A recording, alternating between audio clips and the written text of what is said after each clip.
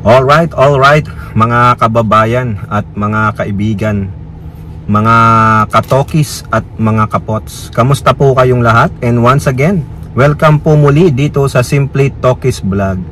Tayo po ay magbibigay ng ating maiksing komento, opinyon at reaksyon sa mga mainit na usaping politika sa ating bansa. No, shout out po lahat sa inyo, and may God bless us all. May God bless our country, the Philippines, and may God bless and protect the Marcos administration from the forces of evil and the evil doers. So ang pag-usapan natin mga kababayan, ito pong National Bureau of Investigation, na kung saan sila po ay naging busy bago po pumasok itong Semana Santa, no? At puro po pagpa-file ng complaints o mga charges ang ginawa nila para sa mga taong nagpakalat ng mga fake news. Yan po ay isinampa nila sa Department of Justice, no? Maraming salamat naman, at dahil kahit papano sa tinagal-tagal ng panahon, we waited so long, pero sana naman magiging fruitful ang paghihirap ng NBI at tayo na mga mamayang Pilipino na nais makakuha ng hustisya para sa mga taong inalipin nitong mga o binarubal nitong mga fake news maker na to, lalong-lalo na ang gobyernong Marcos.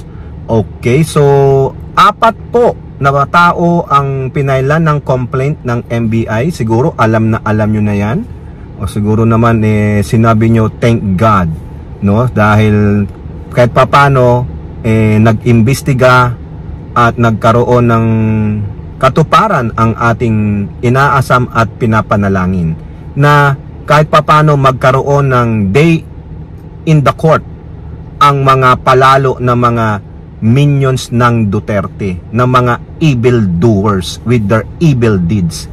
Ganon din po, meron pong explosiveness na naman si Miss Pebbles Cunanan, no? Kaliwat kanan po ang interview kay Miss Pebbles simula nung siya ay nag-appear sa TRICOM at nagbigay siya ng sworn affidavit niya tungkol sa pulboronic video. Ngayon po meron pong naipasang video sa atin. Salamat naman po sa mga tumutulong sa atin, nagbibigay ng mga article para ma-debunk itong mga kasinungalingan ng mga Duterte minions. Okay, mamaya magpapasalamat tayo kung kanino galing itong video na to. At ganun din nakapanood po tayo ng video ni Top 1, no? Top 1, shout out sa iyo. Hindi ko nakukunin yung video mo. Tinapos ko na lang yung interview nyo ni kay Pebbles, kasama mo si Palirista saka si Yayam Dizon, no? Napaka-explosive nun, no? Biruin mo, talagang walang takot na maglahad ng nalalaman niya si Miss Pebbles Cunanan. Meron po tayong nakuha doon, no? Nakapulot tayo ng ilang mga, hindi natin alam kung marites yun o katotohanan, pero the truth is with Miss Pebbles Cunanan. Ayun po ang katotohanan sa kanya, kasi na-experience niya, nakasama niya itong mga palalong mga Duterte minions tulad nila Harry Roque, saka yung mga kasamahan pang iba ni Harry Roque. So simulan natin mga kababayan, ito pong ginawa ng NBI na sila po ay busy sa pagpa-file ng mga kaso dito sa mga nagpakalat ng fake news. Unahin natin mga kababayan, ito pong dalawang mga kakampi ng Duterte. Isa po dito ay isang tumatakbong senator under the PDP slate na walang iba kundi si Attorney Lambino, mga kababayan. Diyan po sa GMA News Online, ito na napahapyawan natin ito sa ating LS. Ang sabi po dyan, NBI files complaint versus Lambino, Cardema over TRO fake news. So kung maalala nyo, nung kasagsagan na hawak na ng kapulisan si Digong nila, na nandun sila sa Villamor Air Base, dagli-dagli pong nag-file ng temporary restraining order itong si Attorney Torion sa pamamagitan ni Bato, no? Nag-file po sila niyan sa Supreme Court, at ganun din po, ura-urada naglabas ng live streaming itong si Attorney Raul Lambino, na siyang isa sa mga senatorial candidate ng PDP, at sinasabi niya na may lumabas na daw pong TRO galing sa Supreme Court. Okay, so malamang sinundan po yan ng mga minions ng mga Duterte, nagbubunyi sila. Pero ang katotohanan, fake news pala. They want to stir the emotion, no, lalo pang ipaglagalab ang emosyon, ang galit ng mga kakampi ng Duterte. Oh, iyon. Ang napagpuan pala, mali. So therefore, sabi po ng NBI Intelligence Division sa pamamagitan ni Agent Allen Ray Delpin, ang violation po ni Attorney Raul Lambino ay sa Article 154 of the Revised Penal Code. So nandyan po yun, no? Sinerch natin itong Revised Penal Code na ito. Ito po, dito po sa legalresource.ph, no? Ang sabi po dyan sa Article 154 of the Revised Penal Code, unlawful use of means of publication and unlawful utterances. Nandiyan po yung concept, no? Itong Article 154, unlawful use of means of publication and unlawful utterances, the penalty of arresto mayor. Yang arresto mayor, mga kababayan, siguro alam na alam mo naman ito, Attorney Raul Lambino, kung sakaling ikaw ay mapatawan ng guilty, ito ang kasasapitan mo. Arresto mayor, no? Sabi po dyan sa Philippine Revised Penal Code, ang arresto mayor ay nagpapatungkol sa penalty of imprisonment ranging from 1 month and 1 day to 6 months. Ayun, yun ang pinaka-maximum siguro, no? Siguro, yun po yung nakita dito ni AI Google. Okay? In a form of correctional facility o penalty. The penalty of arresto mayor is sometimes imposed along with the fine. Ay, totoo po yan. Kasi itong binabasa nating legal resource.ph, sabi dito, and a fine ranging from 40,000 pesos to 200,000 pesos shall be imposed, the maximum of 200,000. So ito po, updated po itong article na ito May 11, 2024. So last year lang. So meron pa dito yung mga sinasabi nitong Article 1A, Article 154, no? 1, 2, 3, 4. Yan dyan po sa mode of emission. So kung gusto nyo, basahin nyo na lang po yan, ano? Nandyan po. Hindi na natin to i-expound kasi hindi naman po tayo abogado. Ni-research lang natin kung ano tong Article 154 of the Revised Penal Code na na-violate ni Attorney Lambino ayon po sa investigasyon ng NBI. Ito po ang sabi pa ni Agent Delpin ng NBI. Quote, volatile ang situation at that time, so maraming nagmamahal sa ating former president. Alam naman natin yan. Sa utterances of such fake news, ang pangkaraniwang po kapag na-assume na tama ang ganong isang news na merong TRO, nag-create siya ng idea na mali ang ginagawa ng ating agents of state. Correct. Ikalaunan, mga kababayan, sinabi po ng Supreme Court, wala kaming nilabas. Actually, pinakokomento sila, hindi sila binigyan ng TRO. Pinapakomento pa sila. At kalaunan, hindi po talaga nagbigay ng immediate TRO ang Supreme Court kasi hindi pa yan nababasa ng mga panel. Nagkaki-create lang, di ba, biruin nyo, ha? Bigla ang nag-create ng special group ng mga judges ang Chief Justice para pag-aralan kaagad. Tapos biruin mo, nakapag sabihin ni Lambino may TRO na, nakapag-formulate na kaagad ng desisyon yung mga grupo na yun ng mga judges sa Supreme Court. Wow naman! Hindi naman siguro ganun kaogag yung mga Supreme Court judges natin. Kailangan meron pa rin yan, uusisain nila, i-research nila, intindi nila kung nararapat bang magbigay o hindi. Kalaunan po hindi nabigyan o di ba? So yun ang pagkakamali ni Raul Lambino. Lawyer ka pa man din. Dapat hindi mo ginawa yan. Dapat I think meron na rin siyang show cause order sa Supreme Court. Bakit hindi siya dapat disiplinahin? Pero ako po, sa aking opinion, disiplinahin nyo yan. Tapos kayo COMELEC, iban nyo yan. Hindi na pwede yan. Hindi magandang halimbawa yan ng isang public servant. Walang moral turpitude. Perpetual disqualification. PDQ siya, mga kababayan, no? Ngayon, arresto mayor, violation of Article 154 of Revised Penal Code, na kung saan illegal utterances, no? Illegal use of means of publication and unlawful utterances. O yan. Wala kang basihan, wala kang pruweba, nagsalita ka. At the same time, isinama po dyan sa kaso na yan, sa complaint na yan, si former National Youth Commission at dati ring representante ng Duterte Youth na si Cardema. O, sabi dito, sabi ni NBI agent Delpin, itong si Cardema, kinlaim niya rin na meron daw TRO in an interview. Pero hindi niya pinost sa original Facebook page niya, kundi ipinost niya sa another Facebook page. O ayun, pero huling-huli ka pa rin. Evidences will not lie, mga kababayan, ha? So, kayo ha, o matuto na kayo. Kayong mga Duterte minion, sobra ang pagpipake news ninyo. O ayan, ha? Binigyan kayong sample ng NBI. Mahiya kayo. O next mga kababayan, o meron pang dalawa ulit na pinailan ng kaso ang NBI. Ha?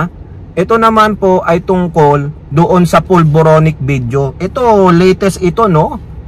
Kalalabas lang na balita. Kunin na lang natin sa ABS-CBN. NBI chief confirms charges against Maharlika Roque over pulboron video. O ayan po, April 15 sa ating bansa, no? Kinonfirm po ni NBI Director Jaime Santiago na sila po ay nag-file ng multiple charges, ha? Dito sa vlogger na sinungaling na nakatira sa LAC, Claire Contreras, known as Maharlika or Boljak TV, yung sa YouTube niya. Hey, YouTube! Ha? That Boljak TV YouTube channel has so many criminal cases in the Philippines. What are you doing? You have to take down her channel. She keep on telling a lie. She keep on spewing lies on your platform, but you're not doing anything. Ha? Diba? YouTube, Google, look at Boljak TV. You have to take down her channel because she have so many criminal charges, and even here in the United States, there are defamation cases against her, but you still allow her to defame people, to libel people, no? She keep uttering false narrative and you allow her. O okay? O kaya YouTube Philippines, what are you doing, di ba? O yan. Ito po, according to the documents obtained by ABS-CBN, the NBI Cybercrime Division, o yan, initiated the case following the circulation of a controversial video that depicted a man resembling President Ferdinand Marcos Jr. allegedly snorting a white powdery substance. This video coincided with the President's 2024 State of the Nation address, raising suspicion of malicious timing and intent. Ayun po yung nasasaad sa dokumento. Ha? O now, eto. Ha? Yari sila. Lalo na pinanindigan po ni Miss Pebbles Cunanan doon sa TRICOM na yun ay peke. At ang pasimuno ng pagpapakalat ng video na yan ay si Harry Roque. Patay ka. Aha. Diba? O, sige. Ngayon, na-file na yan sa DOJ. Another kaso. O, Dutch government. Really, ayan o. Diba? One of the bases to disapprove or do not approve the asylum request of Roque. He have a criminal case filed against him. YouTube, the Boljak TV channel, on your platform, that channel has so many criminal charges against her. O what are you doing? Are you still an instrument of disinformation? Are you an instrument of defaming people? Are you an instrument of spreading lies by Boljak TV? Take down her channel. Oh, ayan po apat na personalidad ang inasikaso ng NBI. Si Attorney Raul Lambino, kandidato senador ng PDP, si Cardema ng dating National Youth Commission at dating representante party list ng Duterte Youth, si Roque Napugante at si Boljak TV also known as Maharlika, also known as Claire Contreras dahil sa Porboronic video. Deserve, mga kababayan. O now, pasok naman tayo dito sa explosive na video na ni Pebbles. Ito pong video na to, almost 2 minutes. Salamat po kay Mike Cervera. Mike Cervera vlog po, no? Sa kanya po to galing. Kinuha na lang natin yung clip, pinadala po sa atin kung saan sinasabi doon ni Miss Pebbles Cunanan na si Harry Roque ang magpopondo o nagpopondo ng mga rally. Sinabi ron din ni Pebbles Cunanan na nais kunin ni Harry Roque ang kanyang bank account at doon ibibigay ang pera para maghanap ng 1,000 tao para magsasagawa ng EDSA rally. Sabi, naalala nyo yung sinabi ni Harry Roque nung nadakip si Digong? Lumabas na kayo, mag-EDSA na kayo. Yung pala, yun ang plano niya. Magbabayad siya, gagamitin niya si Pebbles Cunanan. At the same time, yung mga rally malamang dyan sa EDSA ng mga vloggers ng Duterte, malamang si Harry Roque rin maybe ang nagpopondo dyan. No? Ayan po yung video. Sa'yo, lumantad ka. Ako, lumantad ako eh. Lilakas lang kayo yung loob ko, kinalaban ko kayo kasi alam ko na tama ako. Yun. Emi, parang sinasabi kaya lumabas ka. Kung wala kang balak pabagsakin ng gobyerno, bakit ka nagpondo? Bakit ka nagpondo ng EDSA, ng mga tao? Patay. Ng pera. Nagpangakot siya ng 1,000 tao, 250 pesos per tao. Sa EDSA, kung ayaw mong pabagsakin, di ba? Nag-uusap tayong dalawa, may screenshot ako. Ako, patay. May ebidensya. Oo, tinatanong mo kung ano bank account ko, hindi ko binigay sa'yo. Nako. Paano pag binigay mo yun, di gagamitin ebidensya sa'yo? Bakit mo ako binibigyan ng pera? Bakit ka nagpapahanap ng 1,000 tao para pumunta sa EDSA? Hindi ba't para pabagsakin ng gobyerno? Tama. Alam mo, bakit ka naging lawyer?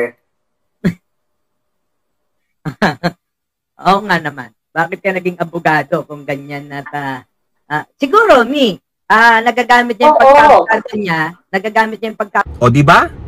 Yan ang katotohanan. Ngayon, kung may reklamo ka, Harry Roque, hindi totoo yung sinasabi ni Pebbles, umuwi ka ng Pilipinas, mag-file ka ng kaso. At handa naman si Miss Pebbles Cunanan dahil sinabi niya rin yan doon sa interview nila Top 1 Palerista at Yayam Dizon. Kasuhan mo si Pebbles Cunanan, Harry Roque. Sabi niya, handa siya. Harapin kayo. Umuwi ka ng Pilipinas. At the same time, mga kababayan, napanood ko at narinig ko ng dalawang tenga ko. Sinabi ni Pebbles Cunanan na ang daming pera, bilyon ang pera ni Harry Roque. Galing sa Pogo. Ayan nandun po yun sa video.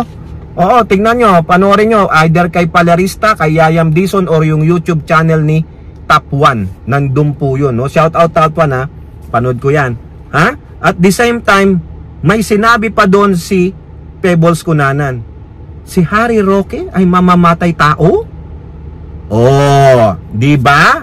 Panoorin nyo po mga kababayan Doon po kay Top 1 YouTube channel. Nandun po yung interview. Actually, marami pang ilalabas na mga pasabog si Miss Pebbles, no?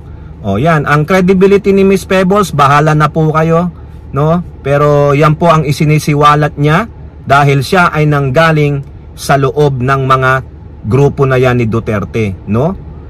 Sa aking opinion salamat naman at ikaw ay pumunta na sa Marcos side at inilabas mo ang baho ng mga demonyong yan, ng mga Duterte minions, Duterte mga yung linta, mga sunod-sunuran sa kanilang amo na si Sara Duterte at Digong at mga Duterte. Okay, biruin nyo si Harry Roque ang nagpopondo ng kaguluhan sa bansa. Di ba sabi niya kaya niyang magpabagsak ng gobyerno dahil bilyon ang pera niya galing sa Pogo. Yun si mismong Pebbles na. Sabi niya, pwede ba siyang mag-witness? Pwede! Payag siya! Lakas ng loob ni Pebbles. So, ang mapapayo lang natin kay Pebbles ingat-ingat ka. Dahil ang kinalaban mo ay mga malalaking tao. Okay? O kayo po, ano pong inyong masasabi? Comment down below and don't forget to like and share. Hope to see you on next videos. Bye-bye. God bless.